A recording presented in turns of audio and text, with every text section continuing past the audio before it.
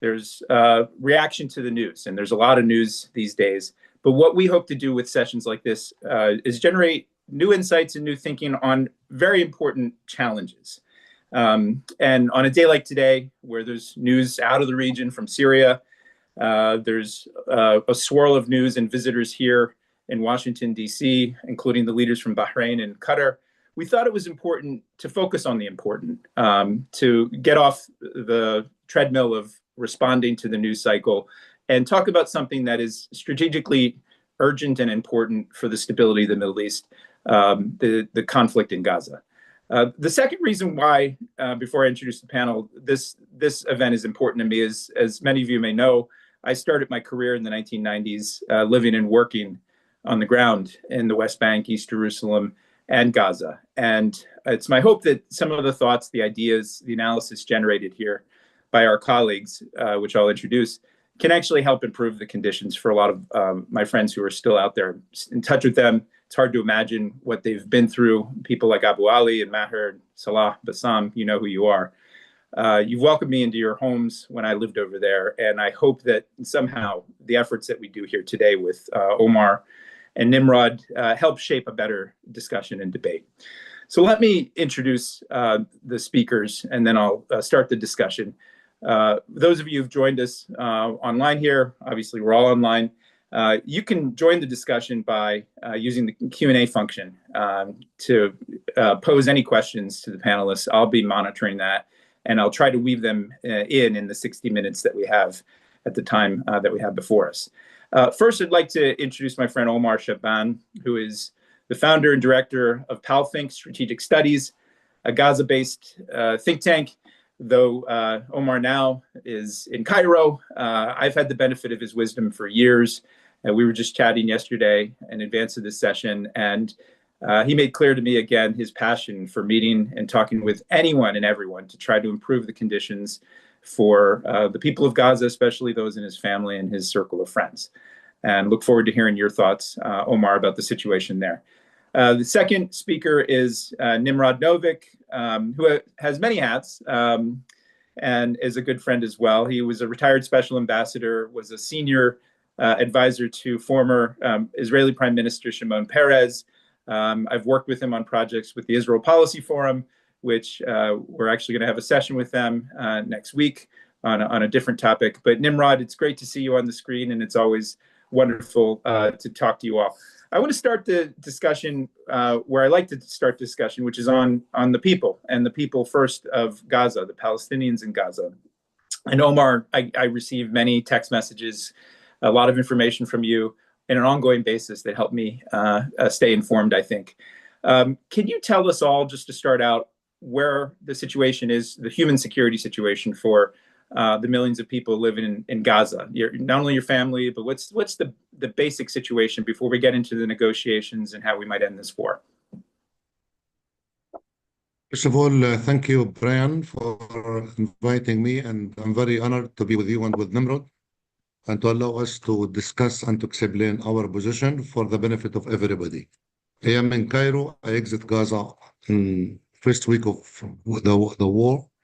My family, my wife, my two sons are out, but my sister and my brother, my extended family are there. It's a very personal thing, but it's also much bigger. It handled everything.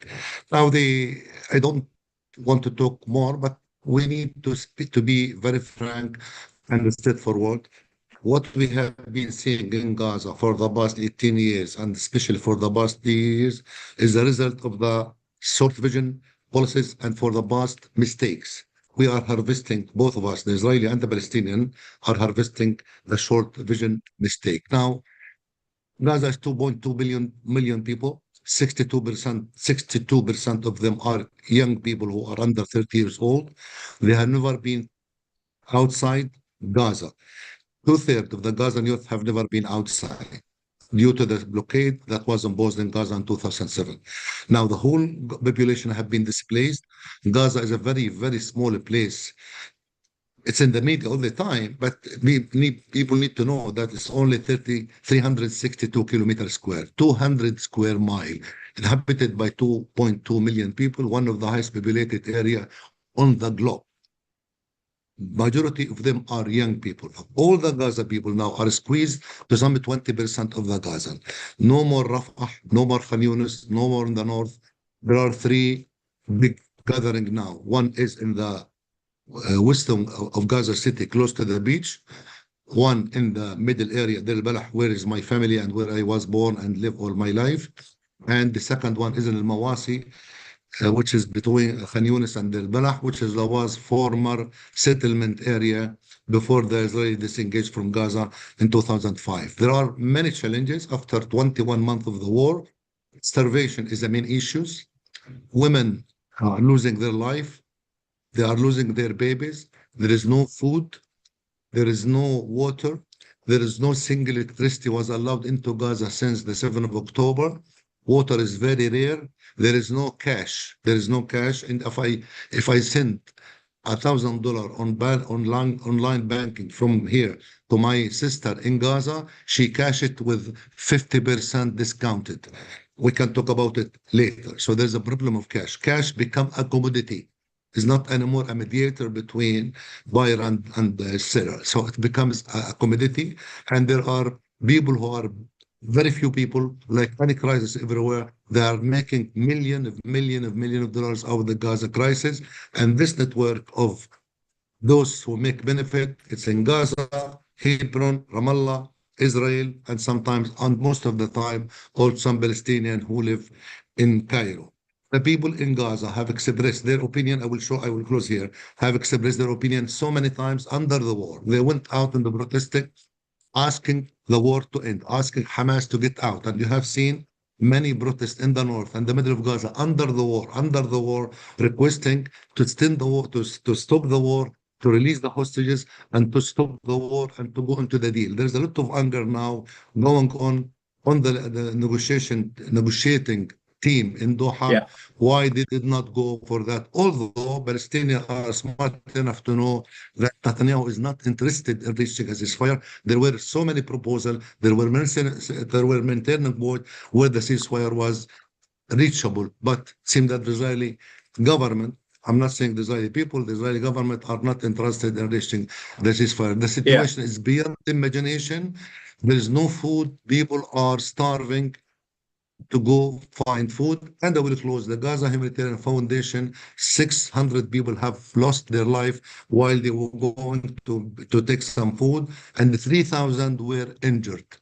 Thank you. Thanks, Omar. Let me follow up before I turn to Nimrod, maybe on two quick questions. One is where you just left off, which are the mechanisms for trying to deliver food and essential aid to Palestinians. Now, of course, there's been a lot of news about the Gaza Humanitarian Foundation. And just to review for the entire audience, when the Trump administration came into office in January, there was a ceasefire in place that was executed by both the Biden administration in cooperation with the Trump administration.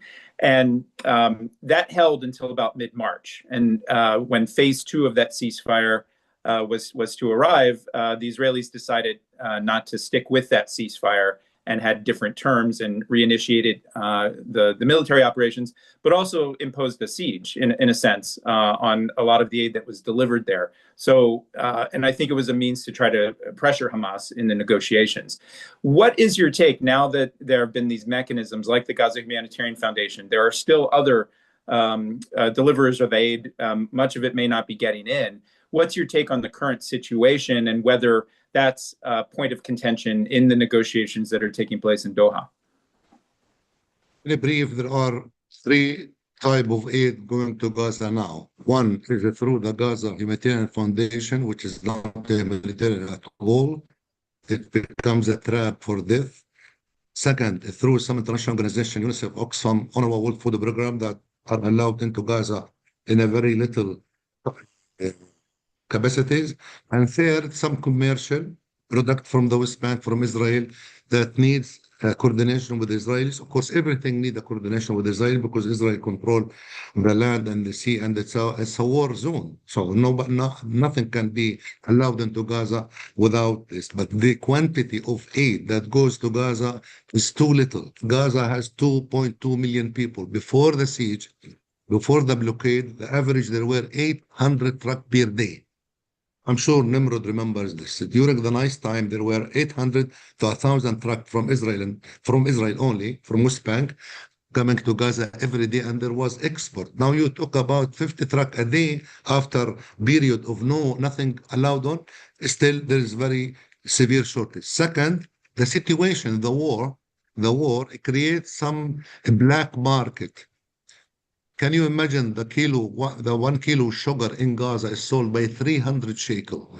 Can you imagine one chicken is sold with 400 shekel, $100 for a people who are totally poor, no income, the unemployment is very high. Now we should ask who's benefiting from this and who's controlling the whole situation. But at the end of the day, decision maker in America, in White House, in Israel, in Tel Aviv should understand the people are the punished because the people don't have any tool either to fight or to control or to go. They don't have uh, cash to take transportation from Gaza to Rafah, which is 20 kilometers.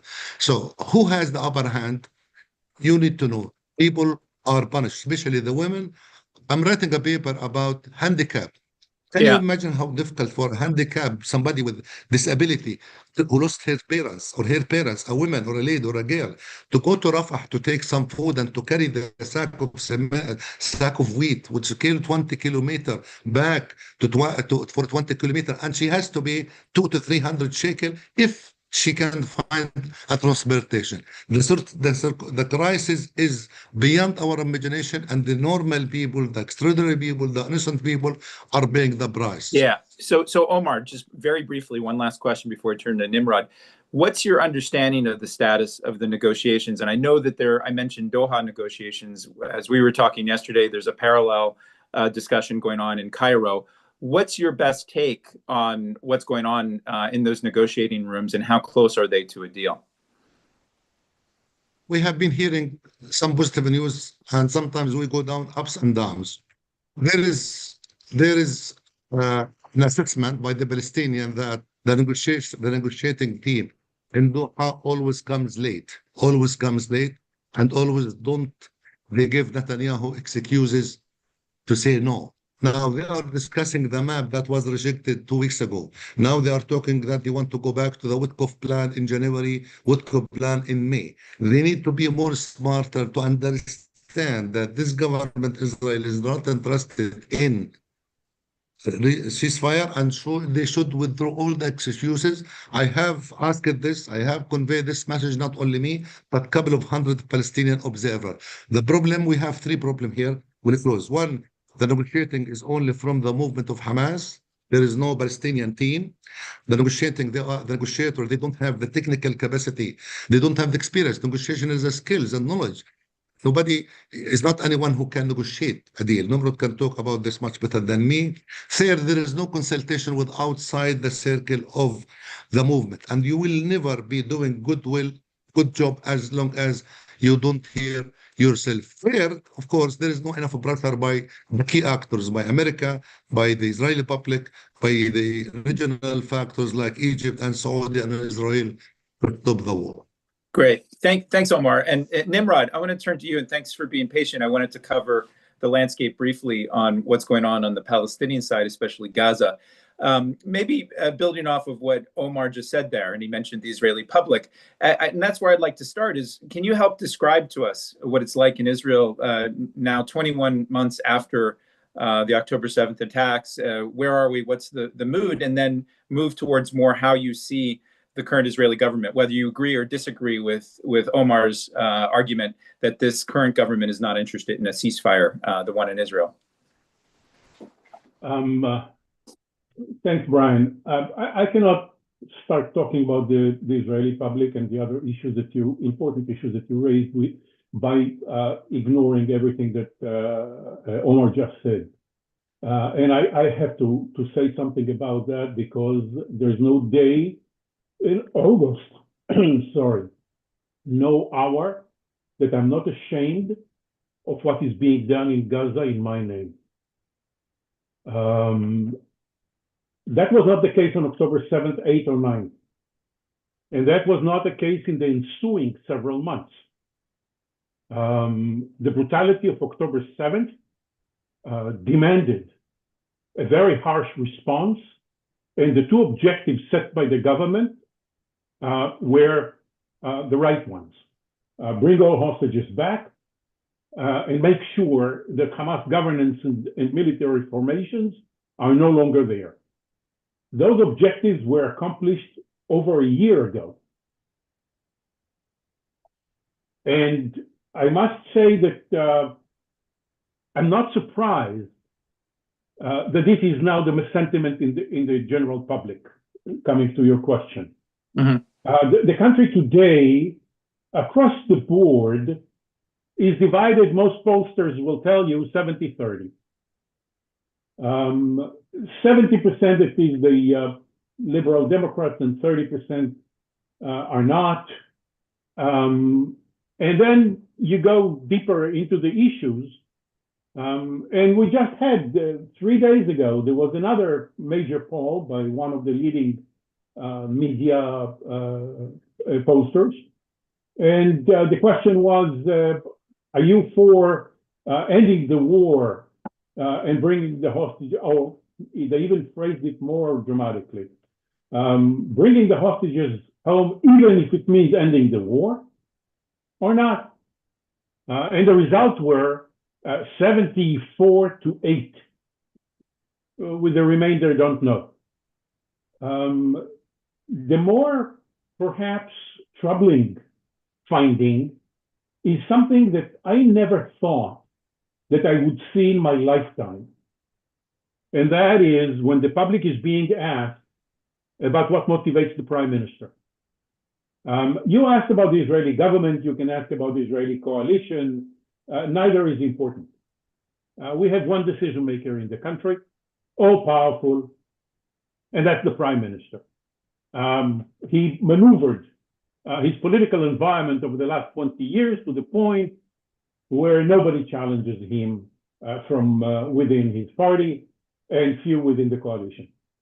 And we have one decision maker, and when the public, by a substantial majority, believes that what drives the prime minister are his political, personal considerations rather than national security ones in conducting a war.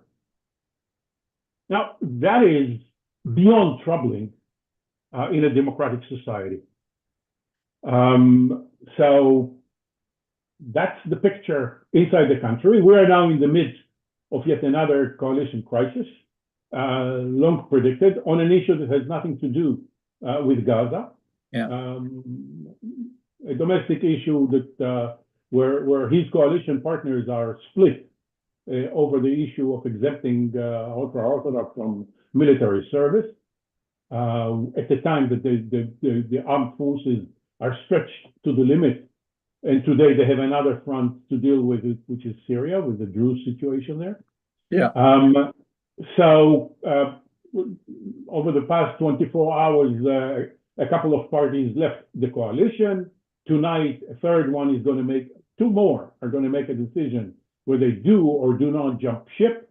But either way, they are leaving the coalition, leaving it as a minority government, but they are not out to vote it out of office.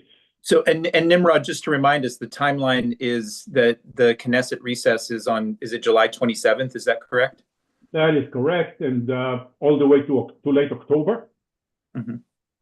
But what we're talking about, and I think it is relevant to our discussion, when the prime minister dragged his feet on ceasefire, and here I share the majority opinion for political, personal considerations, violated the initial ceasefire imposed by Trump, cooked by Biden, and making difficulties on the road for negotiations that Omar described, coming into the negotiations a few days ago with a map that everybody knew was unacceptable.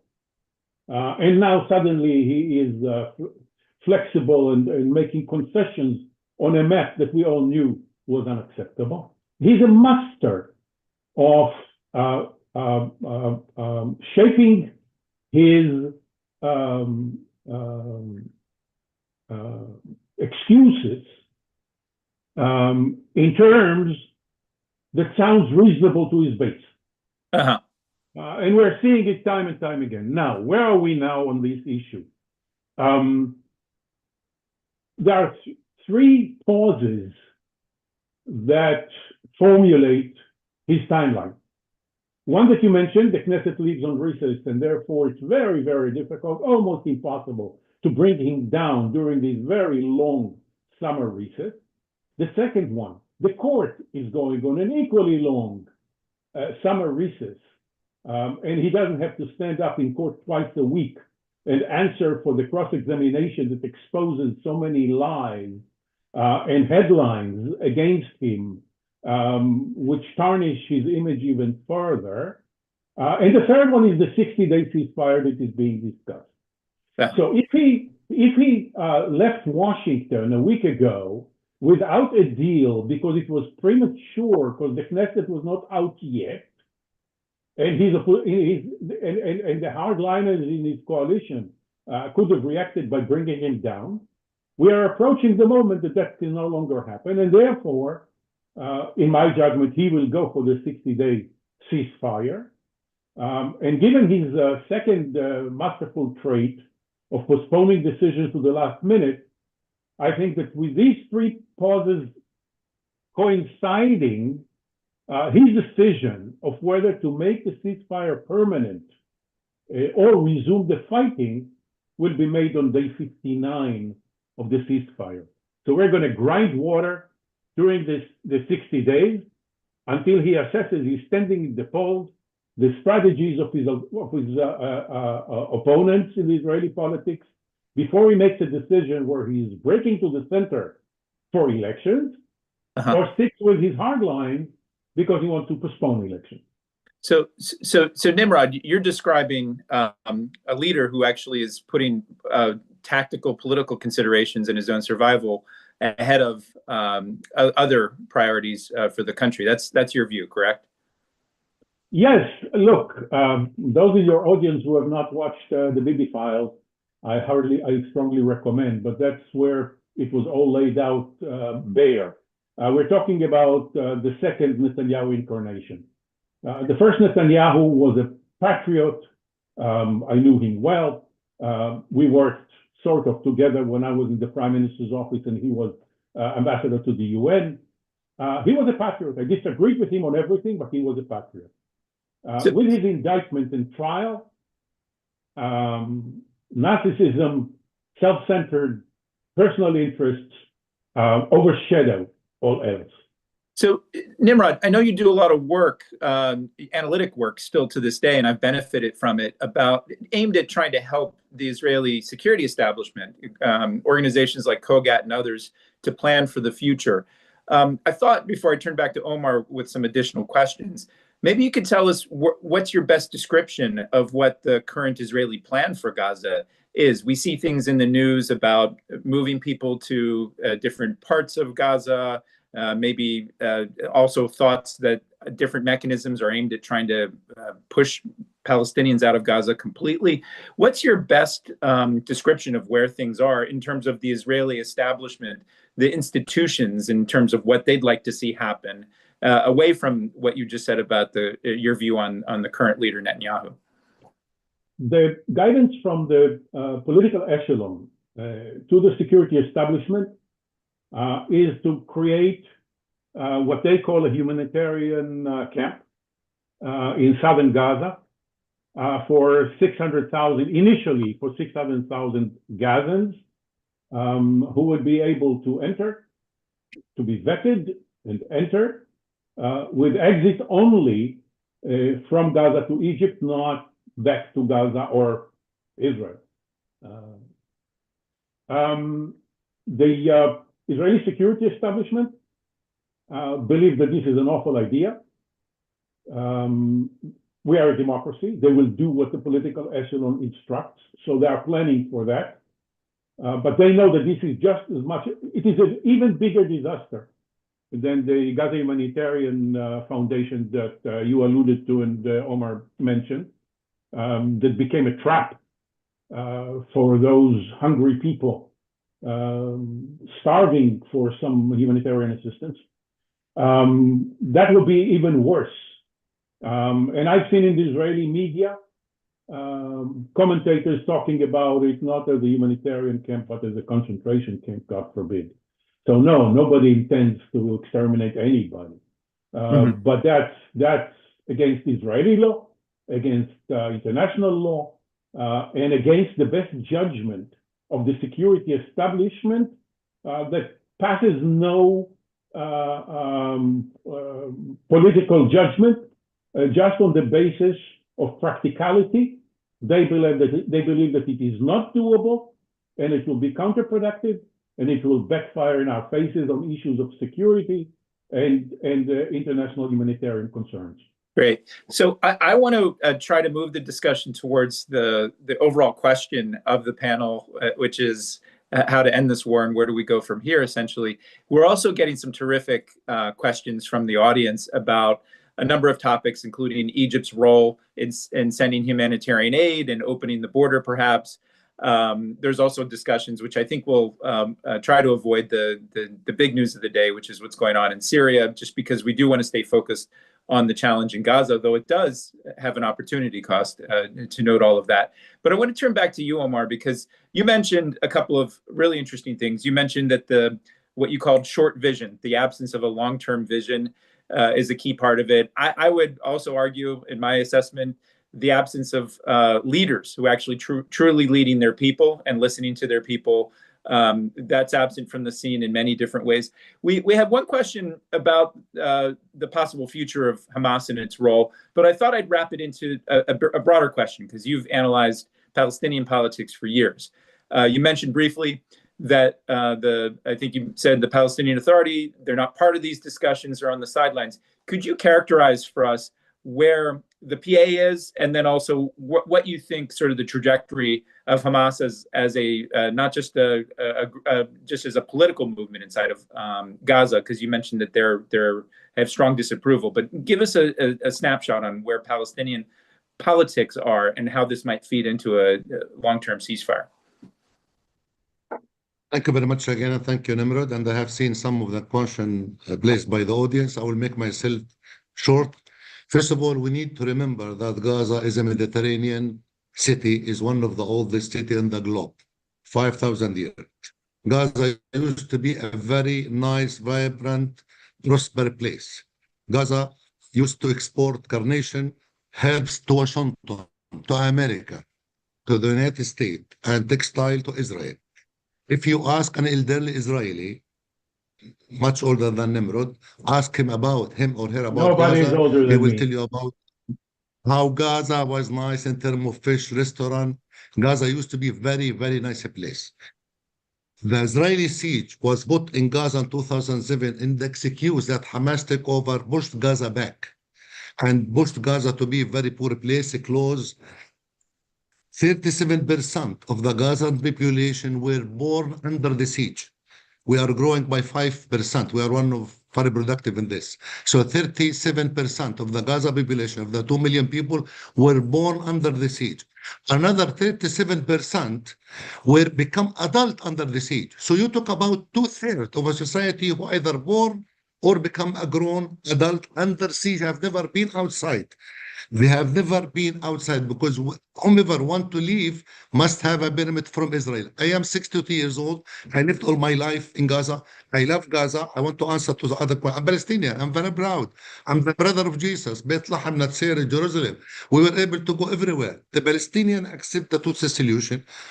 Approved. I was so happy in 1994 because I'm Gazan, born in Gaza. My family was a refugee, but I'm born in Gaza. So we're so happy to have peace agreement with Israel. And I felt very sad. I'm not here to please anybody. When Ishaq Rabin was assassinated, because he was very serious. He was very serious about making with the Palestinian. I met with Shimon Peres. I met with his colleague, and he, one of the Israeli leader that we missed today, because he said, Shimon Peres said, we want our neighbor to be rich. We want our neighbor to be prosper. And there is a huge economic potential and interest potential between the Palestinian and the Israelis. And there were 100,000, 20 Palestinian work from Gaza to go to Israel every day. We learn technology. We used to have export carnation, the best flower. I will go back to the question. So we need to remember what Gaza was. I published an article last year in Europublic about Gaza, how it was, and my dream that Gaza will be back. And I don't want to go to Egypt because I'm Palestinian. For a simple reason that why you want us to move from Gaza to Egypt? Egypt is our brother. We are close to Egypt, but I want to go back to my family, to my land, to my culture. We are Arab, but I'm Palestinian first of all. So we need Yeah. to go to the root of the problem is the two-state solution. BA, Palestinian Authority, has a three problem. One, they have a financial crisis. Smotrich, you remember the first day of the war, he warned the BA, if it transfer any money to the Gaza, they will be punished. Israel till now, they deduct the tax reconciliation, which composed some 40 to 50% of the total BA budget from the tax reconciliation according to the Peace Protocol between Israel and the Palestinian Authority. And also agreement. Second, Palestinian Authority has no election since now 2005. All our political system have been expired. The last election happened in Palestine in 2005. I was a candidate in Palestine in the first election in 1996, but I was too young to win. But I wanted to be part of building my country. Third, Palestinian Authority is too weak to propose ideas. So they become unable to propose ideas, fearing from the different pressure here and there. And some of the Palestinian leadership or figure in the PA want Hamas to come on its knees. This will not happen. I said this in America. I said this in April. I said everywhere. We want Hamas to stay there, not as a military movement. We want Hamas as a political movement to be part of the Palestinian political system. So if you ask me, Brian and others, we have the recipe.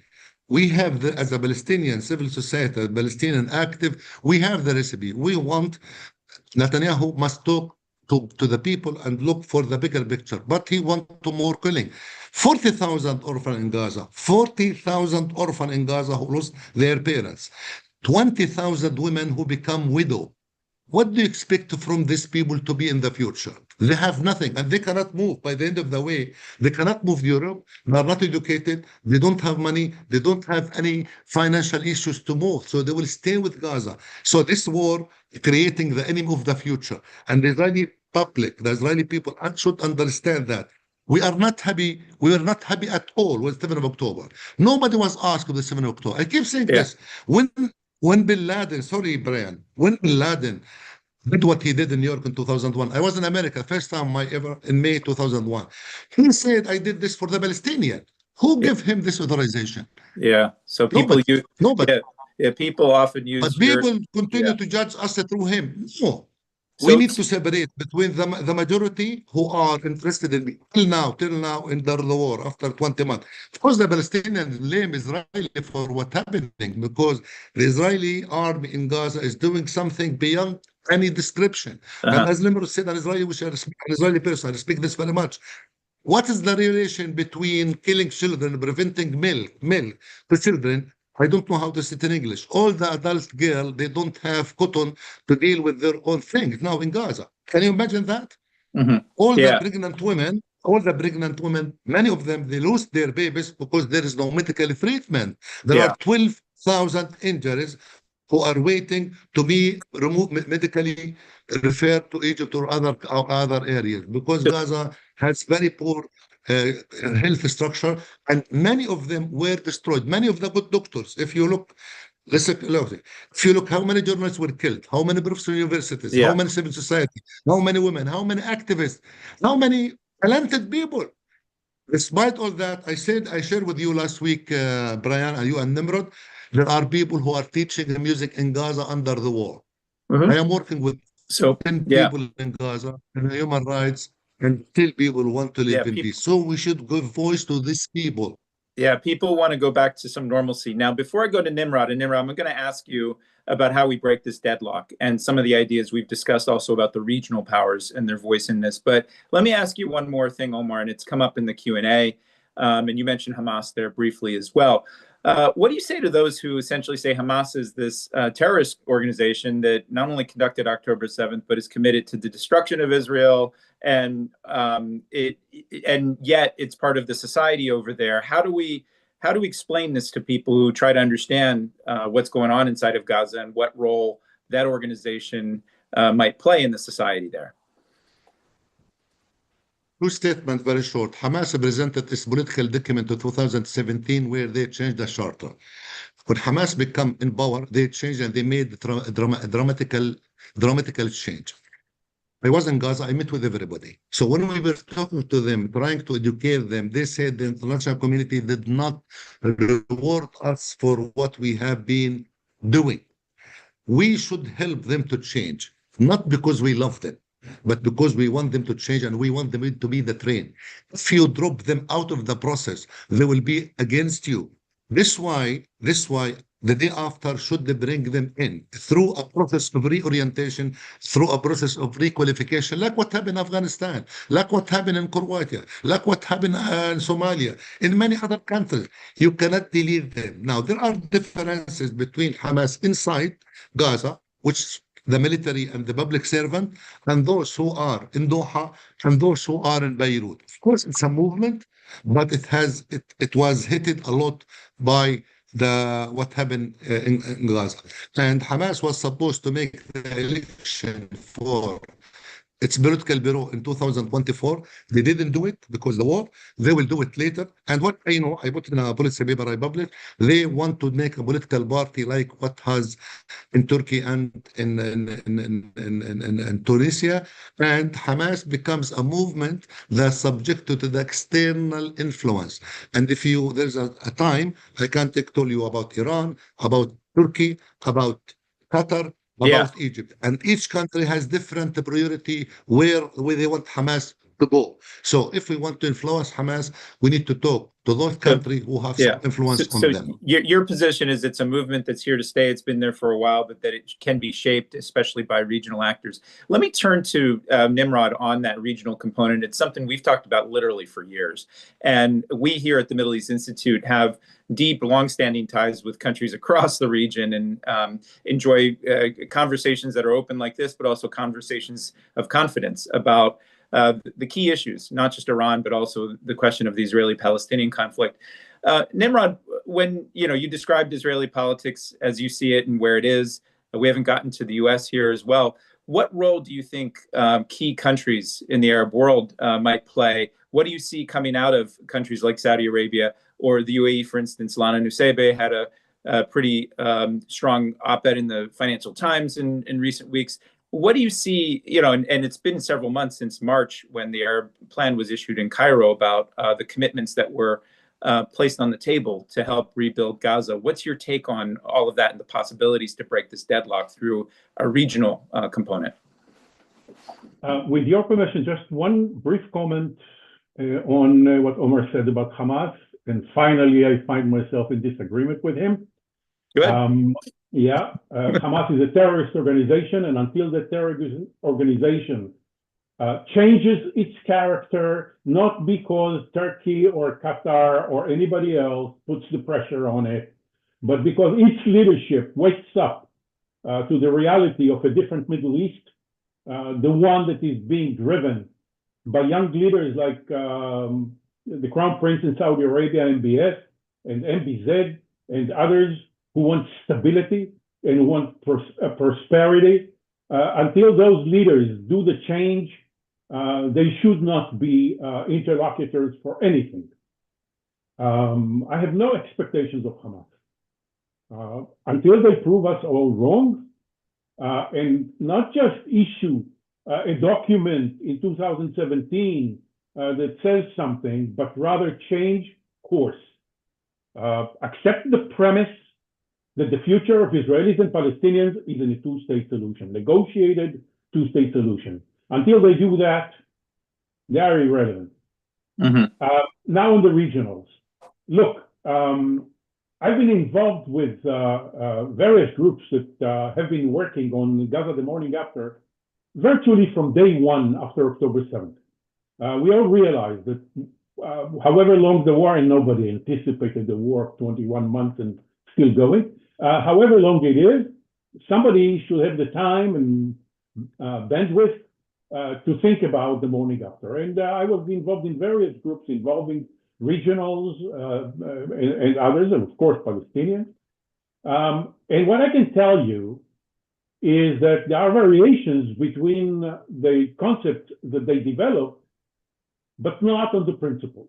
Mhm. The government principle, in the end, anybody who sits down and looks at the situation and says, how do we go from here to there, comes up with similar formulas. And the basic components are that you need two processes reinforcing each other. One process in Gaza and the other one on the West Bank. The process in Gaza is there are 5 Arab countries who have conveyed to the Biden administration and since then to the Trump administration that they are willing to take responsibility to Gaza, troops on the ground, boots on the ground included. However, they have several conditions. One condition, obviously, is ceasefire. Second condition, obviously, IDF out. And they are willing to coordinate with the IDF. What does Israel's right of self-defense looks like when they run the Strip? How to coordinate real-time communication, deconfliction, and everything else that goes into it. And DDR for Gaza. The second condition is they're not willing to come into Gaza as occupiers. Mhm. They want to come into Gaza to help the legitimate representative of the Palestinian people, which is the Palestinian Authority. So they need the sponsorship, the invitation from the Palestinian Authority. And next, they're not willing to see their billions of dollars investment in Gaza rehabilitation and reconstruction go up in flames of another round between Israel and the Palestinians. Now, nobody can issue an insurance policy that that's not going to happen, but you can reduce the prospect of that happening by a viable political process. They want Israel to commit to a credible political horizon and behave accordingly. If those conditions are met, you have a situation that Gaza's current situation is resolved, that Arab countries that are hostile to Hamas, in some of them it's outlawed, in the others it's just being chased, are going to take over the Strip, that their intelligence community concluded that Hamas is weakened enough and totally dependent on them as to not dare open fire on their people once they enter the Strip.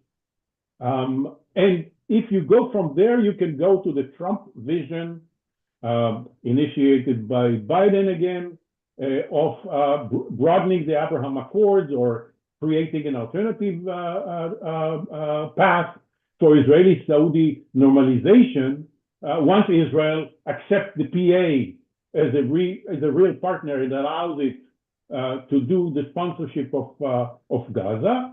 And once Israel commits to a two-state solution, to a path to a Palestinian state. The second track, I forgot the second track. It has to do with everything it has to do with everything that Omar said about the Palestinian Authority.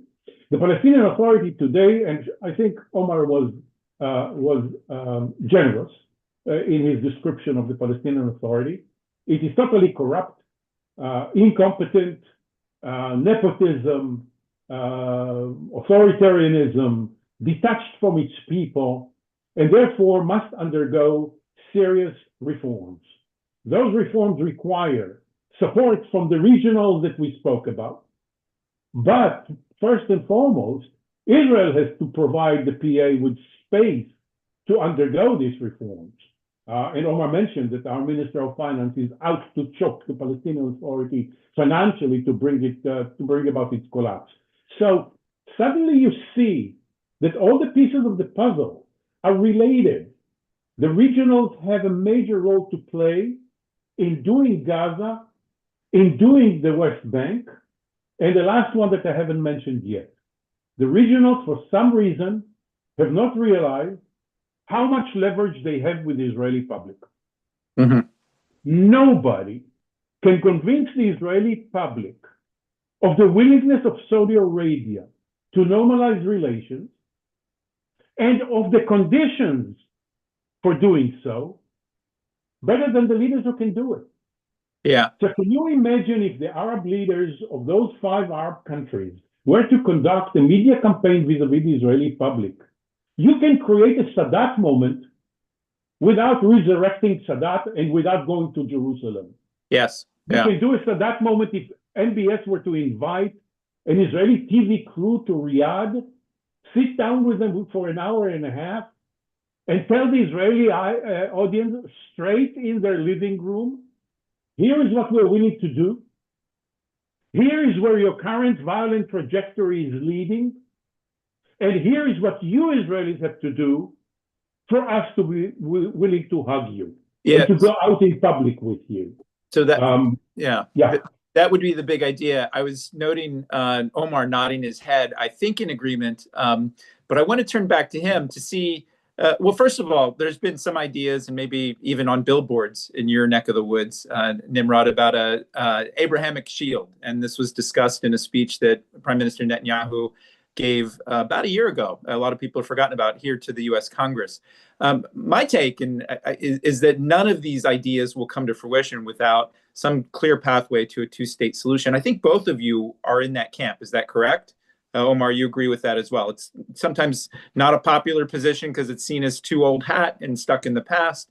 But what both of you are essentially saying is that's a key part of the formula to unlock the support that regional actors, and it's genuine support, that's your assessment, that a lot of these countries, it's not just lip service or empty talk, as they say, that they'd be willing to actually put their money and skin in the game. Is that correct, Omar and Nimrod? Omar, will you allow me one sentence on this issue?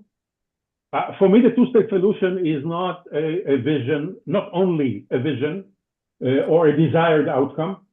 For me, it is inevitable.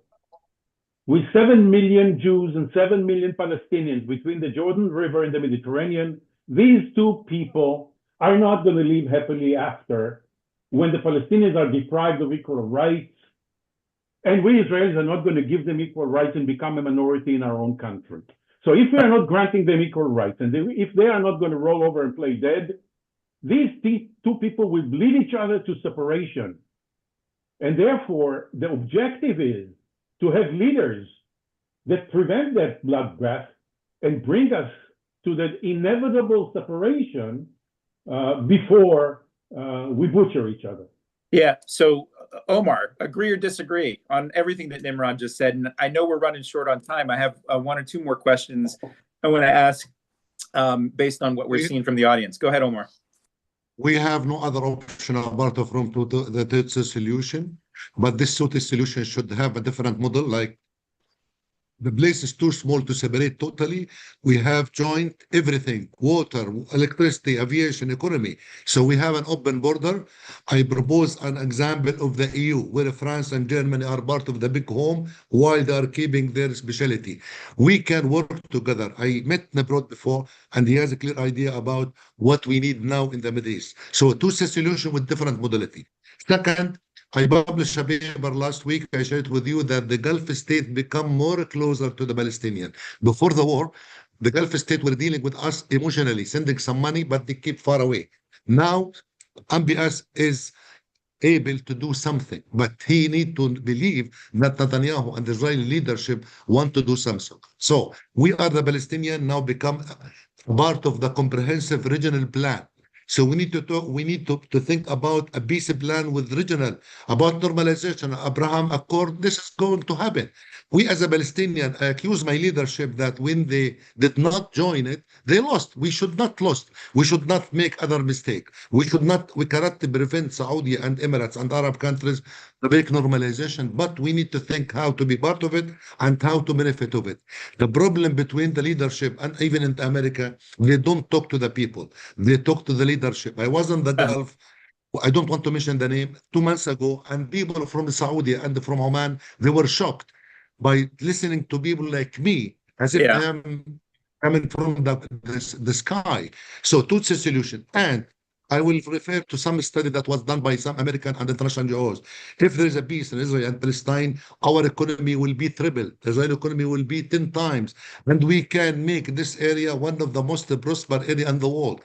As the Israeli, we are educated people. People need to understand that Gaza, illiteracy rate is Gaza is 1%.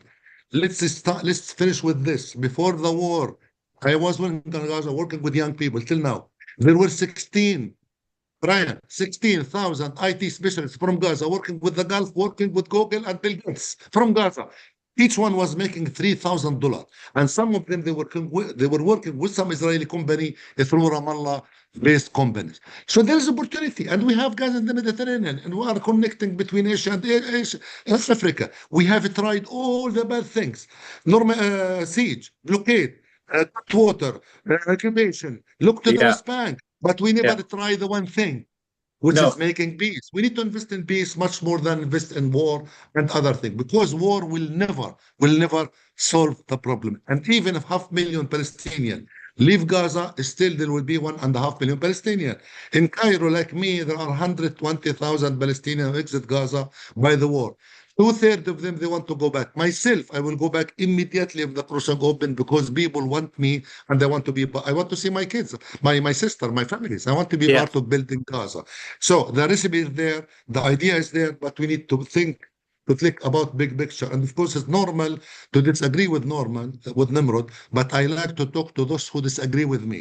Yes. There is no point to speak to my wife or to my brother. I'm ready to go wherever.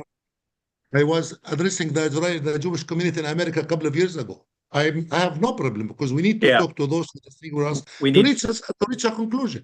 Because Yeah. at the end of the day, I believe Nimrod and his son and his grandson want to live in peace, like my grandson and my two sons who live in France, and they never be back to Gaza for the past 10, 15 years. So Omar, I think you just broke some news there that your wife agrees with you, and I'm glad you have a wife that agrees with you. Um, Not all the time. God bless. So we only have 5 minutes left, and I'm sorry our time is so short. And I have some ideas about how we might reformat rich discussions like this. There's a lot that's in here. I did want to ask, and maybe just a minute or two response from each of you, a question about U.S. policy, because we at the Middle East Institute are committed to also trying to shape the U.S. policy discourse. Over to you, Nimrod, on how you perceive the Trump administration's approach. You said a lot about what the region could do. You had a lot of your own views on the current Israeli government. What's your take? And I say this as a guy who I write a quarterly report card of the Trump administration or U.S. administrations, and the next one's coming out next week. I give them a grade on these things. So I'm really curious to hear what you say in the next minute or two about how you see the Trump administration handling this file. I must say that I'm quite astonished. President Trump has so much going for him in this country. I don't think there's any other country in the world where Trump is as popular as in Israel. Yeah. And that was the case before he joined us in doing Iran, let alone since. And here we have a situation, and I'll take just two examples. He imposes a ceasefire in January, a plan that was really initiated by Netanyahu a year before, but he dragged his feet until Trump slammed his fist at the table, and he went for it. And then Netanyahu violates the same deal that Trump put his name to it with no consequences. That's the education of a friend. You can do whatever you want. Now, last week, the prime minister goes to Washington. The president wants a ceasefire, comes out in public and says, I want this war to end. And the prime minister explains to him his political considerations and complexities and constraints, and goes home with a free hand to do as he wishes, which brings to mind a previous U.S. Secretary of State. To him, a previous Israeli prime minister said, look, I can't do it because I have problems at home with my coalition and opposition and party. And the Secretary of State said, I don't work for you, sir. I work for the President of the United States. If you have a problem at home, go home, fix your problem, you know what is required, and call me when it's done. And I can't believe that this administration that has an agenda for the region, which is business, prosperity, transactional deals all over the place, peace between Israel and Saudi Arabia, and so on, is not using the leverage available to it in order to get things done, given that this prime minister has proven that when the president wants it, it happens. Yeah, so we're really running short on time. Omar, a brief response on your perspective on Trump, and then I'll have to conclude, unfortunately, because this is a very rich discussion. How do you see the Trump administration handling? True statement. The Palestinians were very frustrated by Biden administration because they didn't do anything, and even Right. they provide Israel with a lot of money and a lot of weapons.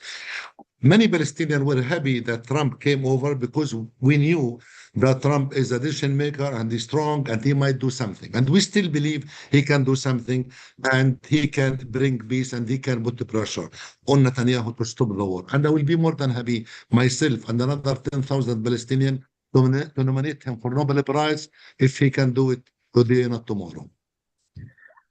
Thanks, Omar. Just maybe three brief points to conclude. One, I'm going to propose to my colleagues here at MEI that we should actually have a new process where we take a lot of these very rich points and insights that come in on the Q&A and burden you and me and others to try to actually respond to them if we run out of time, afterwards and put it up. But maybe that creates more work for all of us because there really were great questions about the short term.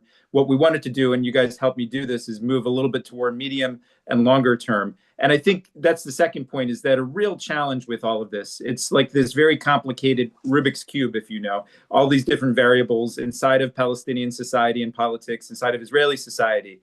And then the regional scenario is to align all of these together and build that bridge between this current awful moment and towards these longer term visions that you've talked about and we've all talked about. But then third, just to thank you both. I know it's a little bit later in your time zone, and thanks for all those who were joining us, for sharing your insights with us. I hope it's the first of many more conversations, because the point of doing this is to try to remember that there are very important questions, like the question of the war in Gaza, even while all of us are consumed with giving our hot take on events that may have happened 2 or 3 hours ago and trying to give some insight there. These ideas, which seem a little out of reach, but not out of sight, about what a long-term vision might look like, I think are essential, and that we need to do more as think tanks and as analysts to put the spotlight on the work that you're doing. So thanks for spending your time with us for an hour today, and hopefully we'll have many more discussions like this. I'm Brian Katulis signing off.